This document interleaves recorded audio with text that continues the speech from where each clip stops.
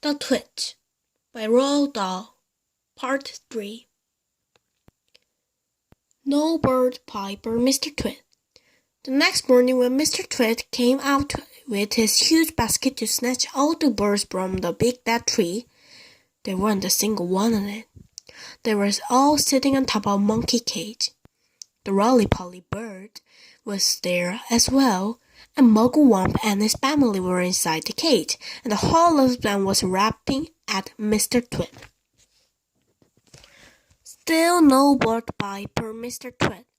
Mr. Twit wasn't going to wait another week for his bird pie supper. He loved bird pie.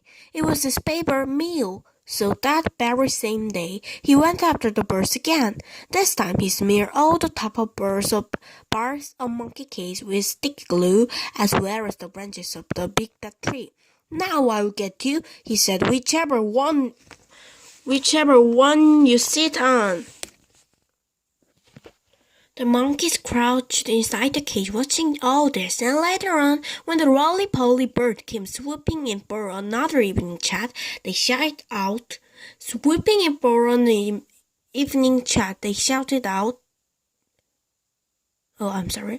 Don't land on our cage, roly-poly bird. It's covered in sticky glue, so is the tree. And that evening, as the sun went down and all the birds came in again to roost, the roly-poly bird flew round and round the monkey cage and the big dead tree, singing out his warning. There's a sticky stuff now on the cage and the tree. If you land on either, you never get free. So fly away, stay up high, or you'll vanish up tomorrow in a hot bird pie. Mr. and Mrs. Twit go up to buy guns.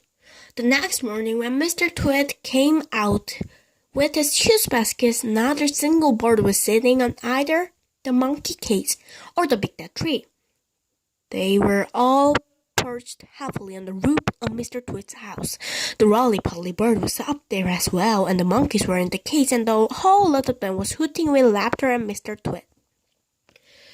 I'll wipe the silly laugh with your beaks, Mr. Twit screamed at the birds. I'll get you next time, you filthy battery props. I'll wring your necks, the whole lot of you, and have you bubbling in the pot for bird pie before this day is out. How are you going to do that? Asked Mrs. Twit, who had come outside to see what all the noise was about. I won't have you smearing sticky glue all over the roof of our house. Mr. Twit got very excited. I got a great idea, he cried. He didn't bother to keep his voice down because he didn't think the monkeys would understand. We'll both go into the town right away and we'll buy a gun each, he shouted. How's that? Brilliant! Cried Mrs. Twit, grinning and showing her long yellow teeth. We'll buy those big shotguns, then spray out 50 bullets or more with each bang. Exactly, said Mr. Twit. Lock up the house while I go and make sure the monkeys were safely shot away.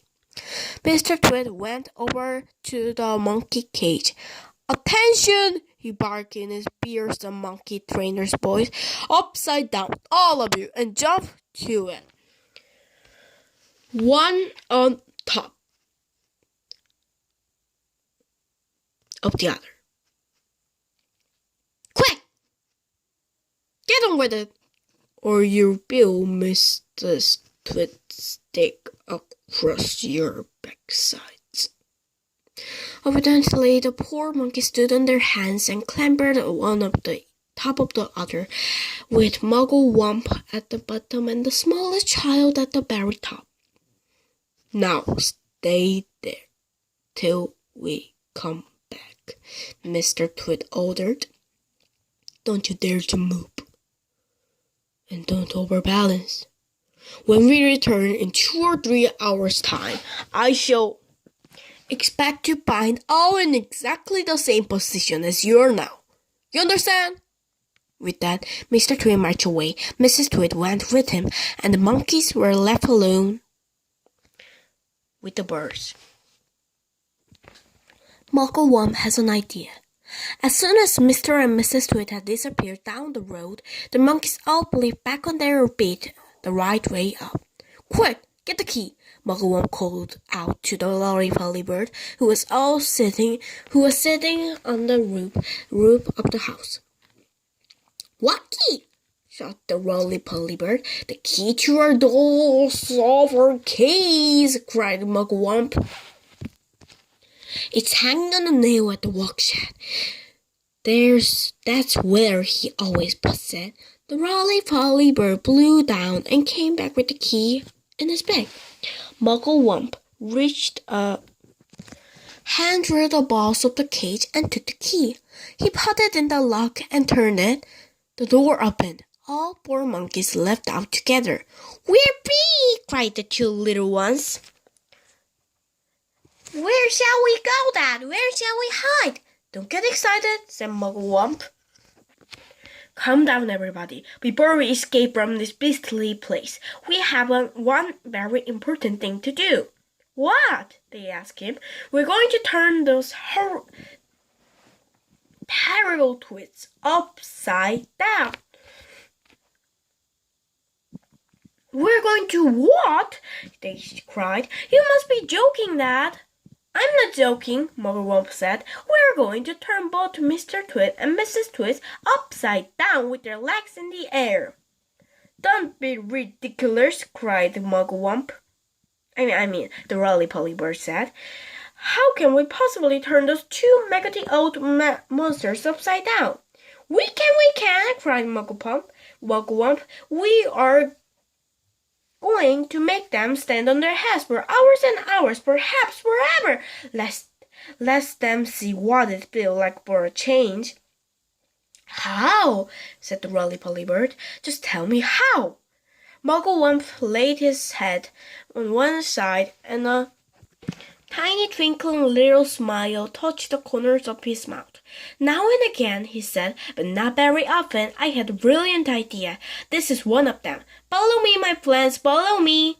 He scampered off towards the house, and the 3 other monkeys and the Roly-Poly bird went after him. "Buckets and paintbrushes!" cried Mugwump. "That's what we'll want next. There are plenty in the workshop. Hurry up, everyone, get a bucket and a paintbrush." Inside Mr. Twit's workshop, there was an enormous barrel of the hog-tight sticky glue, the stuff he used for catching birds. "Fill your buckets," Mugwump ordered. "We are now going into the house." Mrs. Twit had hidden the key to the front door under the mat, and Mugwump had seen her doing it, so it was easy for them to get in. In they went. All 4 monkeys, with their buckets of sticky glue. Then came the Roly-Poly bird flying in after them, with a bucket in his beak and a brush in his claw. The great glue painting begins. "This is the living room," announced Mugwump. "The grand and glorious living room where those 2 beautiful front-position freaks eat bird pie every week for supper." "Please don't mention bird pie again," said the Roly-Poly bird. "It gives me the shivers." "We mustn't waste time," cried Mugwump. Hurry up! Now the first thing is this. I want everyone to paint sticky glue all over the ceiling. Cover it up. Smear it in every corner." "Over the ceiling?" they cried. "Why the ceiling?" "Never mind why," shouted Mugwump. "Just do as you're told and don't argue." "But how do we get up there?" they asked. "We can't reach." "Monkeys can reach everywhere," shouted Mugwump. He was in a frenzy of excitement now, waving his paintbrush and his bucket and leaping about all over the room. Come on, jump onto the table, stand on the chairs, hop on each other's shoulders. Roly-Poly can do the flying. Don't stand there gaping. We have to hurry. Don't you understand that? Those terrible twits will be back any moment, and this time they have guns. Get on it, for heaven's sake. Get on with it. And so the great glue painting of the ceiling began. All the other birds who had been sitting on the roof blew in to help, carrying paintbrush in their claws and beaks. They were buzzards. Magpies, rooks, ravens, and many more. Everyone was splashing away like mad, and with so many helpers, the job was soon finished. The carpet goes on the ceiling. "What now?" they all said, looking at Mugglewump. "Aha!" cried Mugglewump. "Just now for the fun. Now for the greatest upside-down trick of all time. Are you ready?" "We're ready," said monkeys. "We're ready," said the birds. "Pull out the carpet," shouted Mugglewump. "Pull this huge carpet out from under the furniture and stick it onto the ceiling." "Onto the ceiling?" cried one of the small monkeys. "But that's impossible, that. I stick you on the ceiling and you don't shut up," said Mugglewump.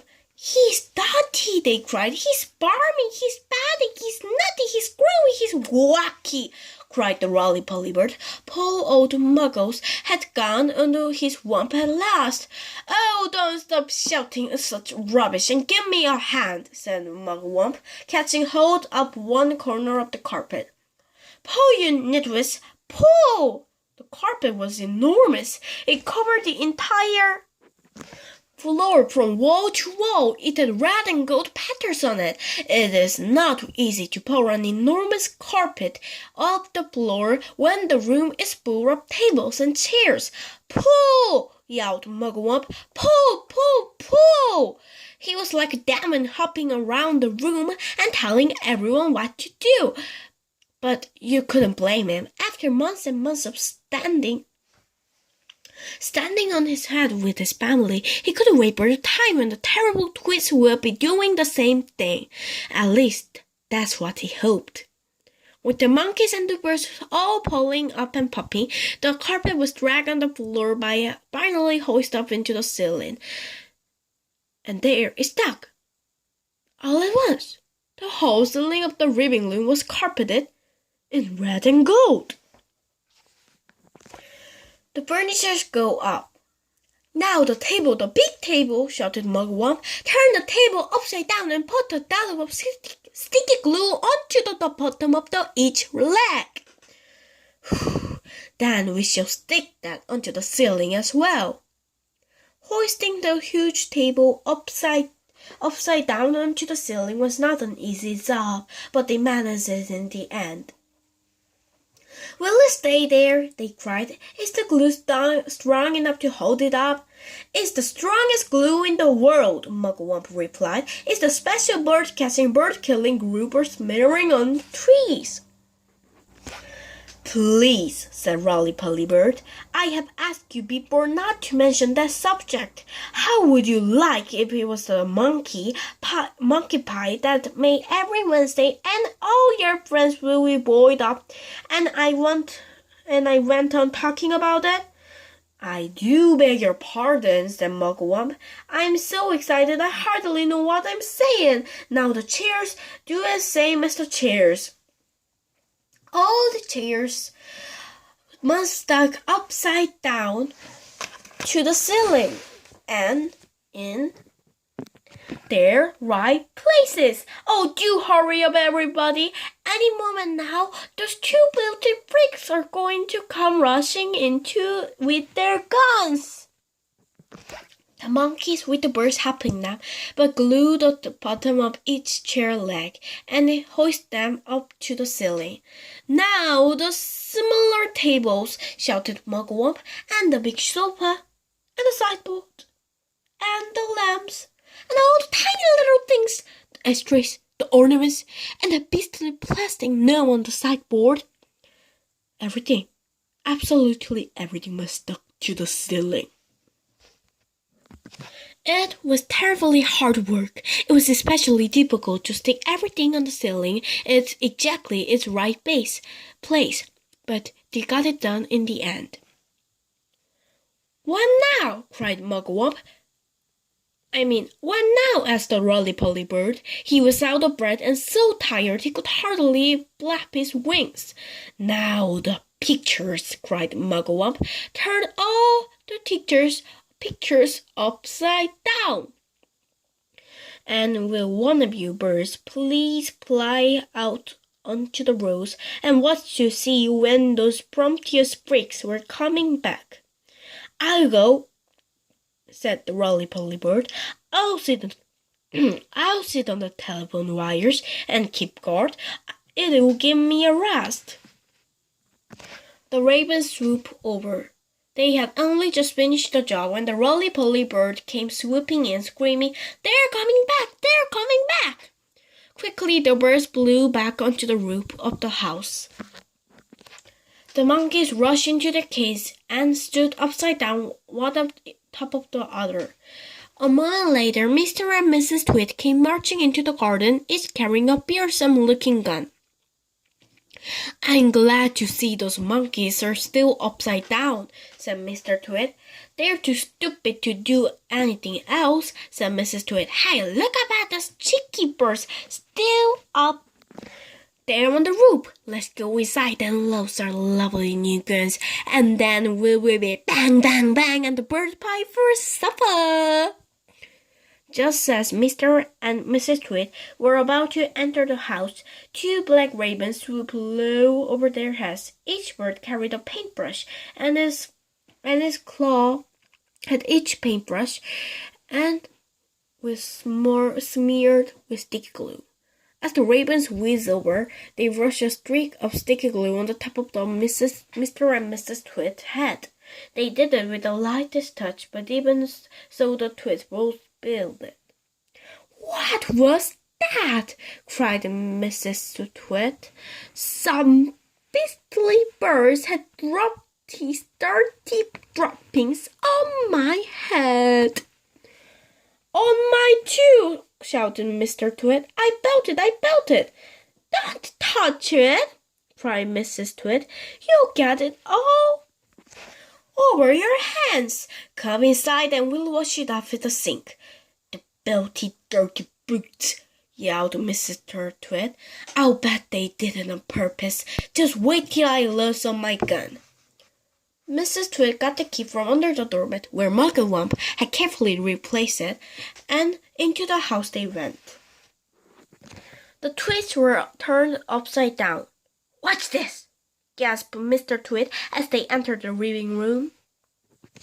"What happened?" screamed Mrs. Twit. They stood in the middle of the room, looking up. All the furniture, the big table, the chairs, the sofa, the lamp, and the little side tables, the cabinet with bottles of beer in it, the ornaments, the electric fire, the carpet, everything was stuck upside down to the ceiling. The pictures were upside down on the walls, and the floor they are standing on was absolutely bare. What's more, it had been painted white to look like the ceiling. "Look!" screamed Mrs. Twit. "That's the floor! That's the floor up there! This is the ceiling! We are standing on the ceiling!" "We're upside down," gasped Mr. Twit. "We must be upside down. We're standing on the ceiling, looking down on the floor." "Oh, help!" screamed Mrs. Twit. "Help, help, help! I'm beginning to feel giddy." So am I, cried Mr. Twit. I don't like this one a little bit. "We're upside down and all the blood's going on my head," screamed Mrs. Twit. "If we don't do something quickly, I shall die. I know I will." "I got it," cried Mr. Twit. "I know what to do." "We'll stand on our heads then anyway. We'll be the right way up." So they stood on their heads, and of course, the moment on top of their heads touched the floor, the sticky glue had the ravens had brushed on a few moments before did its job. They were stuck. They were pinned down, cemented, glued, fixed to the bulwarks. Through a crack on the doors, the monkeys watched. They jumped right out of their cage the moment Moment though TWITS has gone inside, and the roly-poly bird watched, and all the other birds flew in and out to get a glimpse of this extraordinary sight.